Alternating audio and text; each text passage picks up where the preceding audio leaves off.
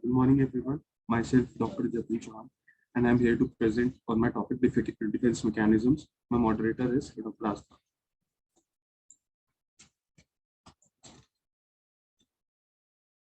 Introduction. Sigmund Freud in 1904 used this term defense mechanism to refer the unconscious process that defends or protects a person against anxiety, shame, loss of self-esteem, conflict, or unacceptable feelings. According to Freud, when it is in serious conflict with ego and superego, the individual suffer from pressure or anxiety. Defense mechanism enables a person to resolve conflict and reduce the stress and anxiety. Usually, all defense mechanisms are operated at unconscious level.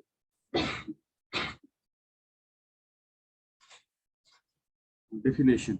Defense mechanism is a pattern of adjustment through which an individual relieves anxiety caused by an uncomfortable situation that threatens self-esteem. When these defense mechanisms are used moderately, they are harmless, but excessive and persistent defense uses harm.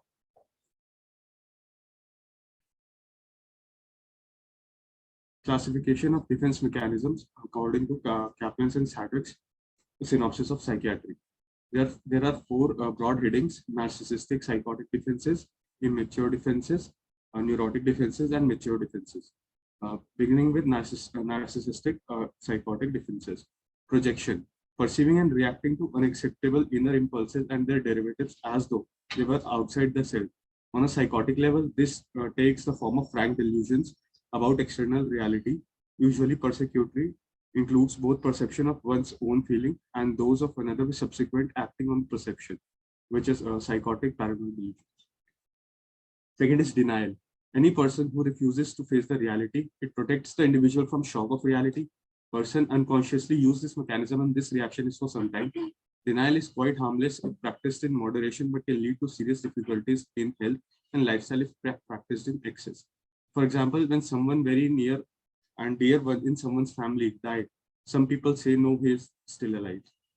Third is distortion, grossly reshaping the experience of external reality to suit inner needs, including unrealistic megalomaniac beliefs, hallucinations, wish-fulfilling decisions, and employing sustained feelings of delusional grandiosity, superiority, or entitlement. For example, someone saying, I possess special powers and abilities, and I'm superior to others. Second is immature defenses.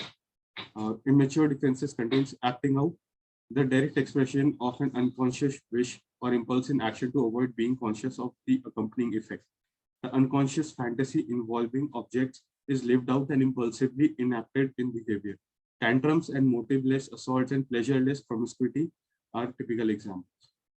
Next is introjection. In introjection, the values and characteristics of significant person are incorporated in one's personality. For example, a woman who likes to live in simple way introjects in her the sophisticated way of living like her husband. Next is regression. Regression means an immature way of responding to stress or go backwards. In this, the adult revert back to an earlier developmental level in order to deal with reality. An individual does less mature form of behavior when faced with difficulties, where he finds less conflict, hence less anxiety. Adults too may regress to oral stage of development, suck their thumb when life gets stressful. For example, a nurse making an error in giving medication starts crying. A person who is depressed may withdraw to his room, curled up in fetal position on the bed. Next is schizoid fantasy, the tendency to use fantasy and to indulge in autistic retreat for the purpose of conflict resolution and gratification. Hypochondriasis. Transformation of a reproach towards others arising from bereavement, loneliness, or unacceptable aggressive impulses into self-reproach in the form of somatic complaints of pain, illness, and so forth. For example, in this defense style, people say that no one understands their pain. Last is somatization. In somatization, psychic derivatives are converted into bodily symptoms. Third is neurotic defenses, rationalization. It is a defense mechanism in which individual justifies his failures and socially unacceptable feelings and behaviors by making excuse or formulate logical reasons or socially approved reasons. For example, a husband that does not enjoy the company of wife outside the home and usually leave his wife at home, he gives logic that his wife is a social person. Intellectualization. Intellectualization is an attempt to avoid expressing actual emotions associated with stressful situation by using the intellectual process of logic, reasoning, and analysis. For example, a young professor receives a letter from his fiancée breaking off their engagement. He shows no emotion when discussing this with his best friend. Instead, he analyzes his fiancée's behavior and tries to reason why the relationship failed. Next is displacement.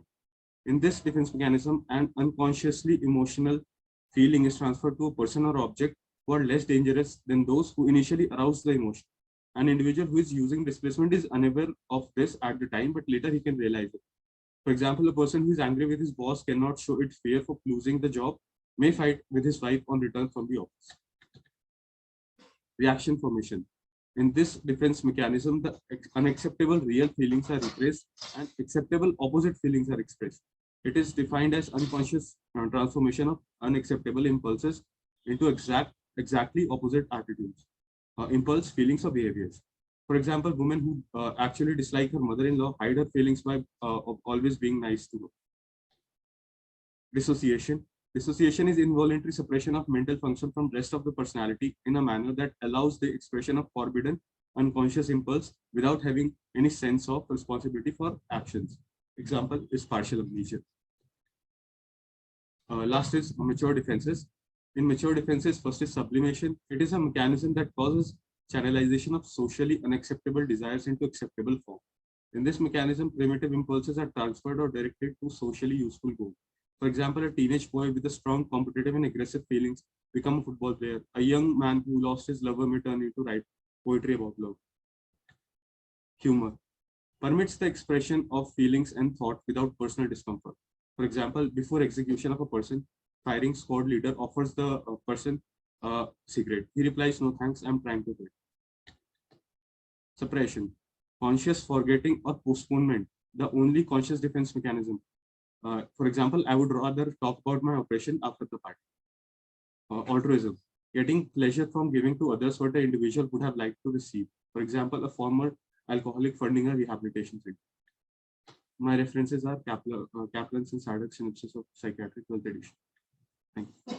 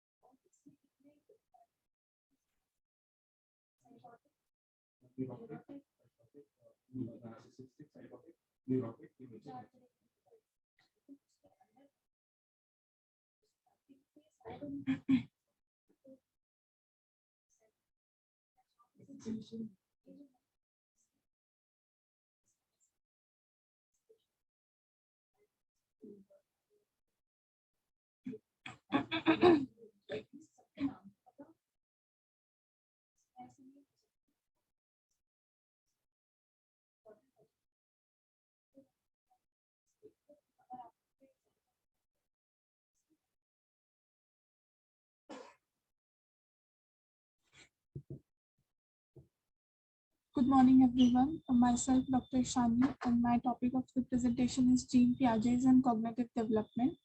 And my moderator is Dr. Ishani. Jean Piaget is considered one of the most influential researchers in area of developmental psychology. He was considered as genetic epistemologist. His theory is based on the idea that the developing child builds cognitive structures. He believed that the child's cognitive structure increases with development. Cognitive development stages. According to Piaget, the following four major stages leads to the capacity for adult thoughts. Sensory motor stage from 0 to 2 years, pre-operational thoughts 2 to 7 years, concrete operations 7 to 11 years, and formal operations from adolescent to adulthood. Each stage is prerequisite for the following one, but the rate at which different children move through different stages varies with their native endowment and environmental circumstances. Sensory motor stage from 0 to 2 years. This is first stage of the cognitive development. Infants begin to learn through sensory observation and gain control of their motor functions through activity, exploration, and manipulation of the environment. Piaget divided this stage into 6 substages. Substage 1 is simple reflexes from first month of life. During this period, various reflexes that determine the infant's interaction with the world are at the center of its cognitive life. For example, the sucking reflex causes the infant to suck at anything placed in its lips. Substage 2 is first habit and primary circular reactions from first to fourth month of life. At this stage, infants begin to coordinate what were separate actions into single and integrated activities. For example, an infant might combine grasping an object with sucking on it or staring at someone while touching it. Substage 3 is secondary circular reactions from 4 to 8 months. During this period, infants take major strides in shifting their cognitive horizons beyond themselves and begin to act on the outside world. For example, a child who repeatedly picks up a rattle in her crib and shakes it in different ways to see how the sound changes is demonstrating her ability to modify her cognitive scheme about shaking rattles. Substage 4 is coordination of secondary circular reactions from 8 to 12 months. In this stage, infants begin to use more calculated approaches to producing events, coordinating several schemes to generate a single act. For example, when an infant will push one toy out of the way to reach another toy that is lying partially exposed under it. They achieve object permanence during this stage. Substage 5 is tertiary circular reaction from 12 to 18 months. At this stage, infants develop what Piaget regard as the deliberate variation of actions that bring desirable consequences. Rather than just repeat enjoyable activities, infants appear to carry out miniature experiments to observe the consequences. A child who drops a toy repeatedly, varying the position from which he drops it, carefully observing each time to see where it falls. Substage 6 is beginnings of thought from 18 months to 2 years. The major achievement of this substage 6 is the capacity for mental representation of symbolic thoughts. Piaget argued that only at this stage can infant imagine where object is that they cannot see might be. For example, children can even plot in their heads unseen trajectories of objects so that if a ball rolls under a piece of furniture, they can figure out where it is likely to emerge on the other side. The critical achievement of this period is development of object permanence or the schema of the permanent object. This phrase relates to a child's ability to understand the objects have an existence independent of child's involvement with them. Infants learn to differentiate themselves from the world and are able to maintain mental image of an object even when it is not present and visible. At about 18 months, infants begin to develop mental symbols and to use words, a process known as symbolization. Infants are able to create a visual image of a ball or a mental symbol of the word ball to stand for or signify the real object. The attainment of object permanence marks the transition from the sensory motor stage to the pre-operational stage of development. Stages of pre-operational thought from 2 to 7 years. During this stage, children use symbols and language more extensively than in the sensory motor stage. Thinking and reasoning are intuitive, and children learn without the use of reasoning. They are unable to think logically or deductively, and their concepts are primitive. Pre-operational thought is midway between socialized adult thought and completely autistic Freudian unconscious. Early in the stage, if children drop a glass that then breaks, they have no sense of cause and effect. They believe that the glass was ready to break, not that they broke the glass.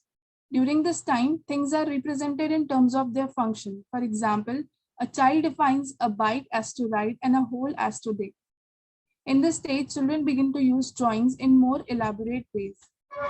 From one-word utterances, two-word phrases develop, made up of either a noun and a verb or a noun and an objective. A child may say Bobby eat or Bobby up. Children in this stage cannot deal with moral dilemmas, although they have a sense of what is good and what is bad. In this stage, children are egocentric. They see themselves as the center of universe. They have limited point of view and are unable to take the role of other person. Children also use a type of magical thinking called phenomenalistic causality, in which events that occur together are thought to cause one another. For example, thunder causes lightning and bad thought causes accidents. Stages of concrete operations from 7 to 11 years. In this period, children operate and act of a concrete, real, and perceivable world of objects and events. Egocentric thoughts are replaced by operational thoughts. Therefore, children can now see things from someone else's perspective. Children in this stage begin to use limited logical thought processes and can serialize, order, and group things into classes on basis of their common characteristics. Syllogistic reasoning, in which logical conclusion is formed from two premises, appears during this stage. For example, all horses are mammals and all mammals are warm-blooded. Therefore, all horses are warm-blooded. Children are able to reason and to follow rules and regulations.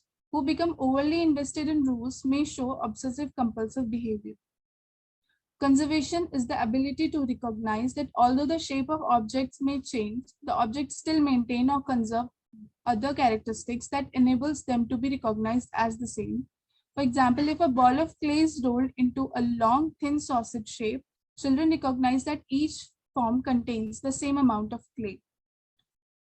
Reversibility is the capacity to understand the relation between things, to realize that one thing can turn into another and back again.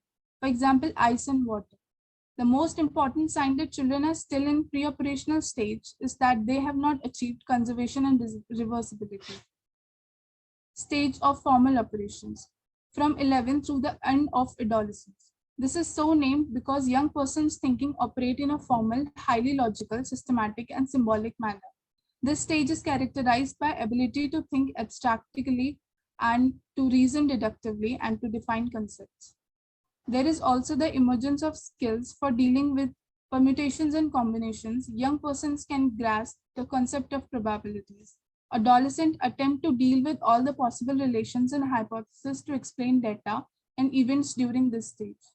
Language use is complex. It follows formal rules of logic and is grammatically correct.